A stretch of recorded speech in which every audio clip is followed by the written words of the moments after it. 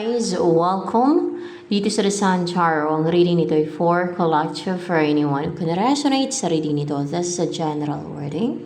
For collective, your energy at this time. Way all night, whoa, from side to side. Ay, lumalayo ka, umiiwas ka. Wala kang inner strength ngayon o hindi ka ganun katapang ngayon, lumalayo, umiiwas ka na lang. Pero yung energy mo, wala kang inner stillness right now. Siguro may problema ka pa o may pinagdadaanan, kaya bakit mo nga naman pansinin pa kung mayroong mga kunwari ng challenge, gusto ng away, no? Iwas ka na lang. So ano pa ang energy mo ngayon? Meron kang problema, nag-overthink ka. Meron kang iniiwasan, meron kang tinatalikuran o nilalayuan na lang, no? Kasi problemado ka na nga eh. Pero nag-attract ka ngayon ng guys, meron ka talagang iniiwasan, tinatakasan na parang kinatakutan mo. Kinatakutan mo. Kinatakutan mo.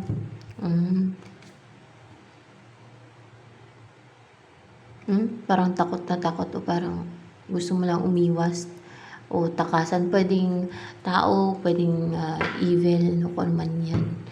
Ayan. And pwedeng demonyo. Or kung ano man yan na pwedeng person mo na kinatakutan mo kasi baka nagka-trauma ka, ganun, nagka-phobia ka sa kanya, ganun ba, na natakot kang masaktan ulit, pwedeng ganun, kaya ito yung matalikod ka, parang kulang ka sa tapang at sa inner strength, no? Naharapin siya, na kausapin siya, na magkaroon ng communication sa inyo kasi dahil maaaring nagka-trauma ka, pwedeng ganun ha. Pero na-attract mo ngayon yung stability, money, opportunities, abundance. Kasi Ace of Pentacles naman to eh. Ano to na-attract mo? The Ace of Coins. Opportunity yan guys, for sure. The Fool, itong fearless na person, yan na-attract mo. Fearless, may offer sa'yo. Itong defensive na person, yan ang na-attract mo. Pero at the same time, nagiging fearless siya or risk. Or parang ano siya, with the Fool ay parang fool. Or ano siya, risk taker. With the Fool energy, no? With the Fool, nagtitake na leap of faith.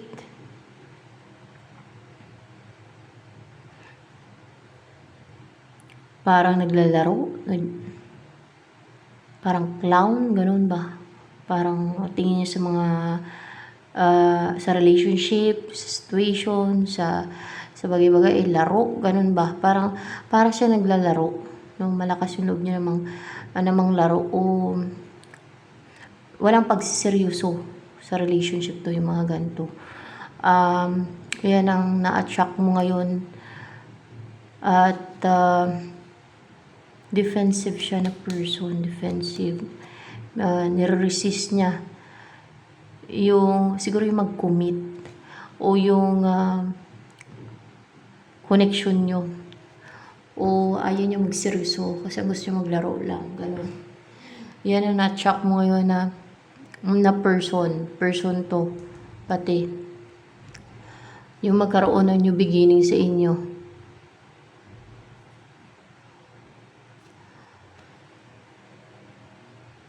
Ayaw mag-take ng action, defensive pa. Yan ang kanya energy niya pa lang yan ha. Hindi ibig sabihin na sa'yo na. Ano yung feeling sa'yo ng tao na to na na-attract mo na yan, na nag-embody ng 7 of Wands na yan? Ay guys, sa ngayon, pagdating sa'yo, yung feelings niya, hindi niya naman mapigilan yung feelings niya pagdating sa'yo eh. hindi siya cold sa'yo, hindi siya unemotional sa'yo, hindi niya mapigilan yung nararamdaman niya sa'yo, yung feelings niya sa'yo. Ano ba yung feelings niya sa'yo? Nagiging malambot yung puso niya sa'yo. Judgment. Naliwanagan to, naklaruhan, no? Na ikaw ang gusto niya, na ikaw talaga ang dinidesire niya, na ikaw ang the one, na hindi niya mapigilan yung damdamin niya sa'yo, na ikaw ang nakatadhana sa kanya, pwede din ganon.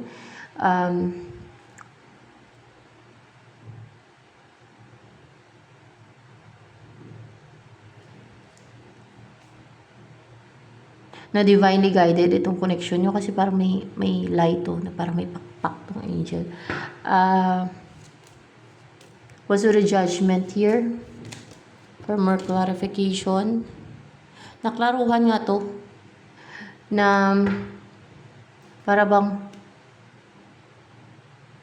kung dati ay parang confused, unsure sa'yo, sa feelings sa sa'yo, kung mahal ka ba niya o hindi. Ngayon ay naklaruhan na siya na mahal ka niya kasi in reverse to. So ano pa?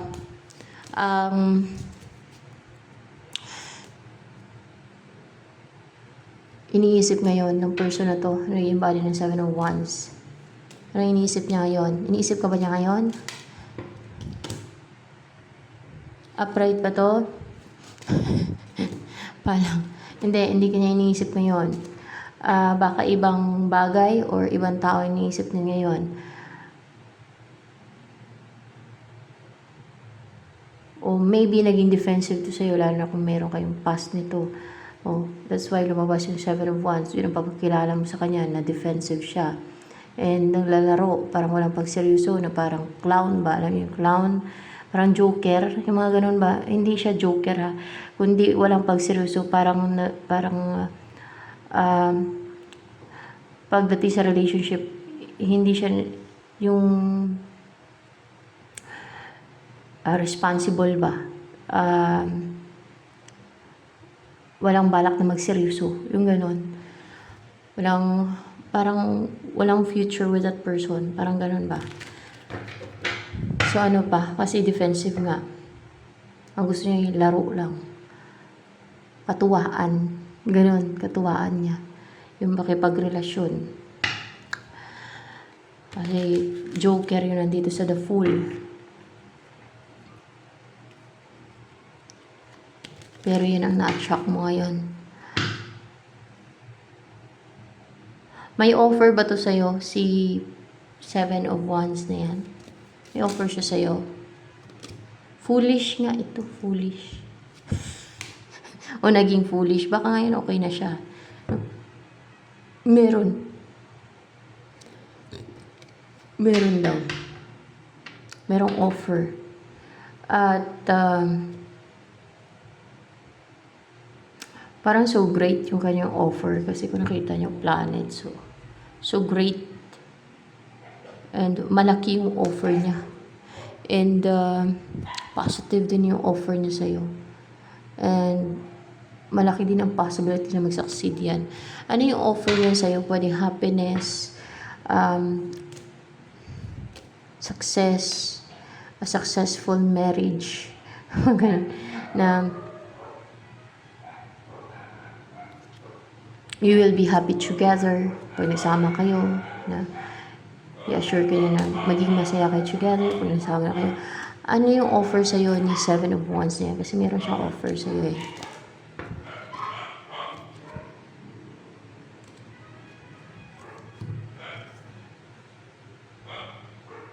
Something na stable, guys. Na maging komportable ka. Na maging komportable yung buhay mo. Maging secured, stable, maging masagana, abundant yung buhay mo. Parang tahimik, wala kang problema. Alam mo yung komportable ka, komportable yung buhay mo. At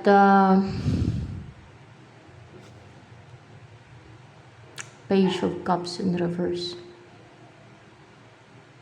Hindi yung parang hindi offer ng immature yung offer niya, kundi something na stable and you will be comfortable. You will live comfortably.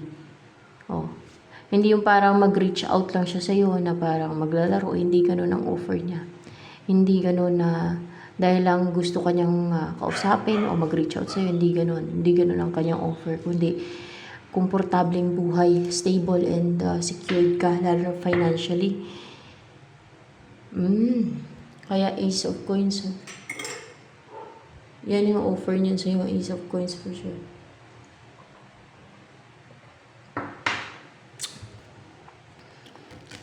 Ano pa yung offer? Baliktad, uy. Ano pa yung offer sa'yo ni Seven of Wands na yan?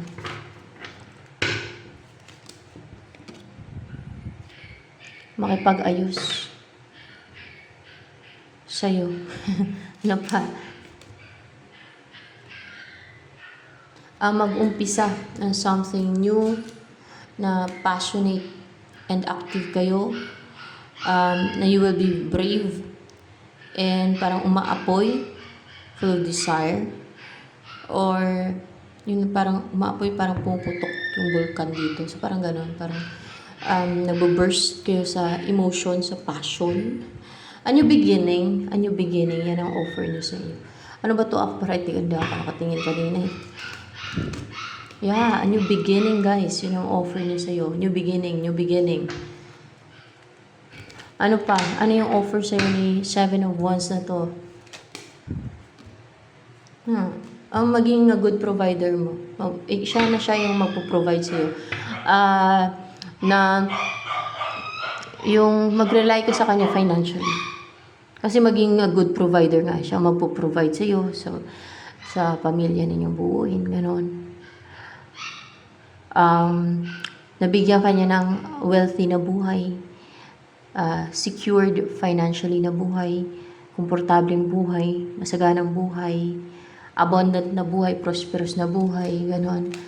At maging reliable siya, no? Na you can rely sa kanya lalo na financially. And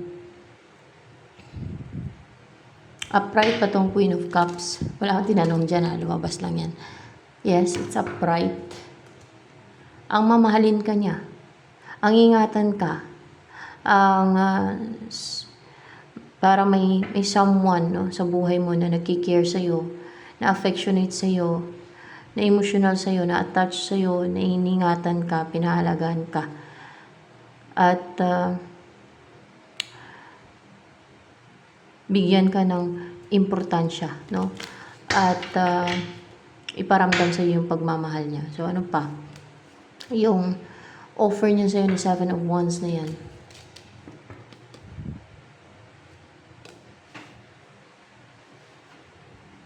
Two of Coins. Ano ba yan? Upright ba yan? In reverse talaga siya guys, yung Two of Coins. Yung wala ka ng problemahin pa sa pera. Yung hindi ka na mamuhay ng yung salat sa pera. Yung konti yung pera mo. Kasi bibigyan ka nga niya ng magandang buhay, komportableng buhay. Magiging prosperous na yung buhay mo. Siya yung magpo-provide. Siya yung magtatrabaho para sa iyo. Lalo kung kulang ka sa diskarte, no? At siya ay magaling, no? Magaling sa hanap buhay na ang dali lang ng pasok ang pera sa kanya, ganon. Siya yung magpo-provide yun sa'yo. Ano pa? Ang offer niya sa'yo ng person na yan. Ni Seven of Wands. The world. Lahat. Mundo. Lahat. Buo ang offer niya sa'yo. Kompleto. Kahit na parang mundo, ibibigay niya sa'yo ang mundo. Ang lahat, luxurious na buhay, kahit ano. Yes, luxurious na buhay, mayaman na buhay, maswerteng buhay, a wheel of fortune. Fortunate na buhay, wealthy life, kung sa English pa. Maging wealthy ka. yung yayaman ka. Ganon. And ano pa yung offer sa'yo ni King, ni Seven of Wands na yan. One more. Yung maging asawa ka niya. King of Coins, di ba siya maging good provider mo para maging komportable yung buhay mo. So see, yung maging asawa ka niya para maging masagana na yung buhay mo, para maging abundant yung buhay mo. Yung maging wealthy ka na, kasi Queen of Coins. Yun yung offer niya sa'yo. Pag asawahin ka na niya, o pag asawa ka na niya, maging wealthy na yung buhay mo. Maging wealthy ka na. Maging mayaman ka na. Siguro mayaman siya. Kaya ganun. Maganda yun guys kung konti yung income mo kasi siya na magpo-provide sa'yo kahit hindi ka na magtrabaho, no? Kahit banjing-banjing ka na, charot. Or kaya ay pag mga ganyan, mas maganda pa rin yung may source of income ka din. Pwede kang mag-start ng vlog mo, no? Or wala ka pang YouTube channel or Facebook account na, yung, alam niyo yung sa Facebook, kumikita yan sila dyan eh, malaki eh. Yung sa Facebook eh. Yun ang alam ko o kaya ay mag-invest ka. Kung masagana naman sa pera, invest mo yung pera. Kung mayaman talaga yan siya kung afford niya yung mag-franchise ng Jollibee. Ewan ko magkano ba yung franchise ng Jollibee ngayon. May 50 million, kaya ewan ko. Mahal na ata. Dati 10 million lang yun eh. Pero kahit 10 million yun dati, wala akong 10 million. Pero tumaas na talaga guys. Mahal. Pero malakas kasi yung Jollibee. Makabawi ka dyan sa mga ganyan na negosyo. Okay, magbuha kayo ng franchise ng Petron, Shell, mga ganun. Kasi yan siguraduhan na negosyo yun, kaso malaki talaga yung capital dyan. Kasi yung franchise para ang laki na. Tapos pwesto mo, lugar. Tapos, syempre, pagawa mo yung, ano na yan, yung pwesto mo dyan. Diba? O kaya ay lupa, mamili ka ng lupa, no? Tumataas ang presyo ng lupa. Taon-taon, o kaya pataniman mo, kung ano man, yung pwede mong ipundar sa lupa na yan. Pataniman mo ng mga prutas. Kasi prutas naman taon-taon. Pag naumpisa na mamunga yan, pag maganda yung lupa, tuloy-tuloy mamunga yan. Ganon. O kahit na ano, na pwede niyong pagkakitaan pa, dagdag income, di ba? Makatulong ka pa sa kanya. Instead na hingi ka ng hingi sa kanya, may sarili kang pera, hindi ka pa nahingi sa kanya. O makapag-invest ka pa kung malaki yung kinikita mo na dahil sa tinutubo mo sa investment mo o sa mga naipundar mo eh. Makapag-invest ka pa ng iba, ganun yun, no? O kung ano pa, may isipan mo na negosyo o investment. Pag investment kasi guys, like lupa, kahit hayaan mo lang yan, hindi mo na maintindihan talaga yan eh. Yung mga ganun. Walang ganong trabaho. Hindi mo kailangan tutukan. Ganun yan. Yun lang ang maganda sa investment, pero matagalan nga lang. No? Unlike sa negosyo na pwede mong paroling yung pera. Paroling.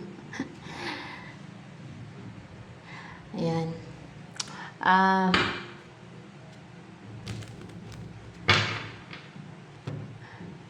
Ano pa?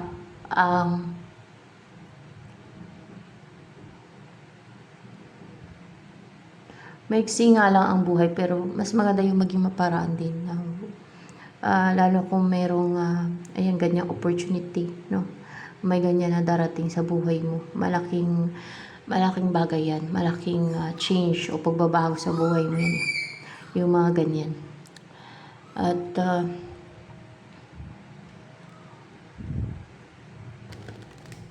maaaring tinamad na mag-take na action to. nawala ng passion, nawala ng gana, naging defensive, o dahil sa naging defensive kaya hindi nag-take na action, naglaro-laro, no? Ginawa niyang katuwaan yung pagrelasyon at that time, pero ngayon ay mukhang na-in love sa'yo. Ano ang gusto sabihin sa'yo? Ba't ito kinuha ko man? Ano yung gusto niya sabihin sa'yo? Ni Seven of Wands na person mo. Maaring defensive yan pagdating sa iba ngayon. Ito. Si Seven of Wands. That's why energy niya pa lang tol. Hindi naman yun yung feelings niya sa'yo. Palace of Wands. Ayan guys.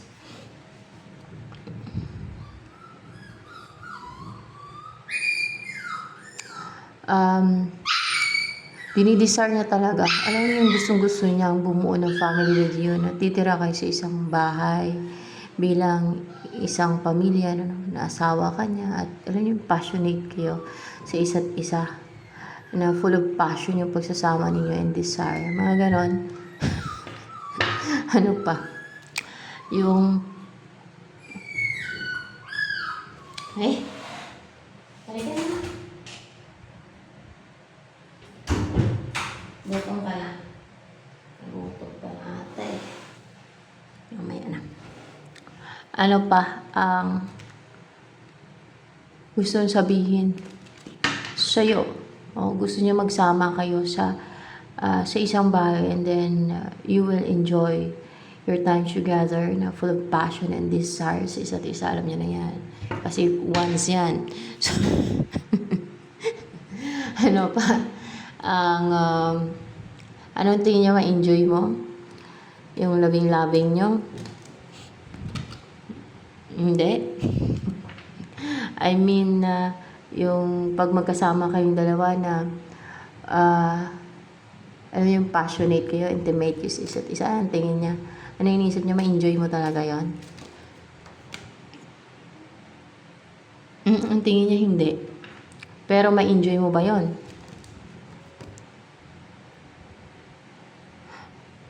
Mga 50-50. Ano ba yun? Upright? Ay, ma-enjoy mo.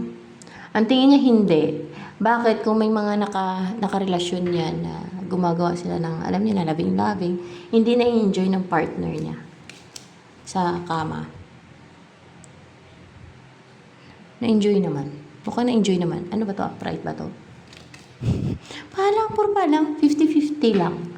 Na-enjoy ng mga partner niya o nakakasama niya sa ano na. 50-50 lang.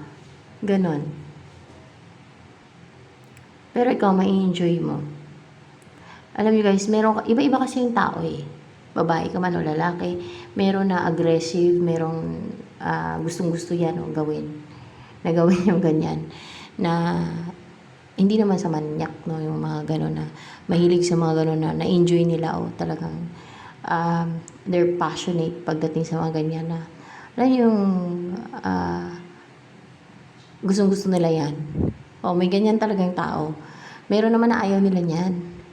Meron na ayaw nila. Ganun. Alam nyo guys, alam ko ba kung paano ka-explain sa inyo to. Kaya siguro isa pa to sa dahilan sa tingin ko lang kung bakit yung mga babae, kasi kadalasan na ayaw niyan babae, na parang hindi na nila gusto yung mga ganun, lalo na pag nagkakaedad na ganun.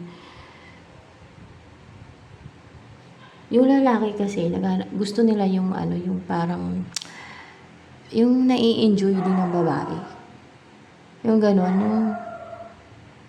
yung alam niyo kasi banding niyo yan eh, bilang mag-partner eh. Parang mas lalo nabibuild yung strong bond ba. Ganon. Pero kung hindi mo naman ma-enjoy, lang pilit mo, di ba? pero ikaw ma-enjoy mo yan. Ano yung magulat yan sa'yo na ma-enjoy mo yan? Yung makipagtalik sa kanya, ganon. Hindi naman siya magugulat na ma-enjoy mo yan. Ano yun, magustuhan niya pag na-enjoy mo? Hindi. Hindi niya magustuhan. Bakit? Matalo siya? Hindi naman. Hindi naman. Hindi daw. Hindi niya magustuhan. Bakit anong tingin niya? Eksperyensyado ka na. Oo. Eksperyensyado ka na daw. Hindi na maano dun, masusukat yung kung eksperyensyado kay sa sa mga ganun kung na-enjoy mo. May tao lang talaga na-enjoy yung ganun. Meron naman na ayaw. Kung na-notice nyo, meron na ang gusto. May nabasa ko sa sa malaga yun sa relationship guys, yung sex, malaga yan. Para mas lalong tumagal at mas maging intimate yung inyong bond ng partner mo. Meron ako nabasa sa mga comment yung mga babae. Ang gusto pala nila, once a month lang. Ano habol nila? Ano habol nila sa nila, sa partner nila? Pera. Hindi yun. Hindi yun. Hindi yung sex, kundi pera yung habol nila. Pera siguro habol nila sa partner nila. O yung may kasama lang, no? Ganun. Hindi nila na-enjoy yung ganun. Kaya nga iba-iba ang tao. Meron naman na-enjoy nila yon. At mas lalo kasi nagiging strong yung bond ng mag-partner pag ganun, no? Pag na-enjoy nila yung ganun, yung ginagawa nila. So, yan. So, yan sa tip na alam ko, tingin ko na tatagal ang relationship ninyo. Sa tingin ko lang ha. Kasi yun ang na-notice ko eh. Na-notice ko lang yan guys. Na tumatabang yung relationship kung bakit naghiwalay, naghanap yung partner nila ng iba na hindi makontento sa kanila. Kasi ayaw pala nila, no? Ayaw nila. Ibang gusto nila once a month lang. Ayaw nila yung mga babae, ayaw nila magpadilig. Meron namang babae na gusto araw-araw, maya pa, charot, joke lang. Ang gusto ay, basta, yung palaging ganon, na yung ginagawa nila. Oh. Yung masasabi ko, pag yung lalaki ang yung kunwari kung babae ka no at yung lalaki ang yung parang hindi gwanta ko sa Ilonggo ba na parang suko na parang ganon ba na ikaw pa yung gusto mo, ay buti kung iwan ka ng lalaki guys.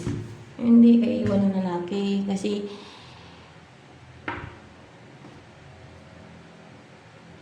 hindi niya nga hindi kanya nga hindi kanya maibigay sa yung alam niyo yun, yung satisfaction, mga gano'n.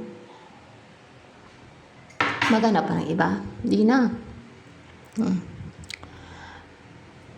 Pagka kunwari pagka may asawa kayo, kung may partner kayo, mas maganda yung aggressive kayo, yung mahilig kayo sa mga gano'n kasi hindi kasi, pero hindi naman mapilit kasi yan. Minsan sa mood din ng tao yan eh. Depende kasi sa mood din ng tao. Depende sa tao kasi yan guys eh. Yun ang alam ko. Buti kung iwan ka ng asawa mo, ng partner mo. Pag matindi ka at mahilig ka sa mga ganyan, buti kung iwan ka. Buti kung pagpalit ka. Kasi yung gusto mo pa, tapos napagod na siya. Yung ganon. Buti kung maghanap ng iba.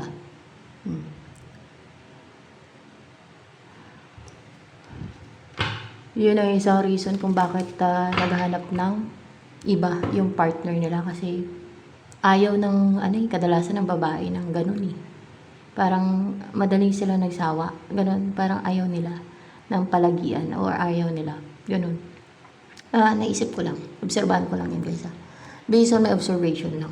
So that alam nyo na through that, mapapatagal yung relationship nyo. Pero alangan na, pilitin yung sarili nyo kung ayaw nyo. Diba? So yan. Ito na lamang guys for collective reading.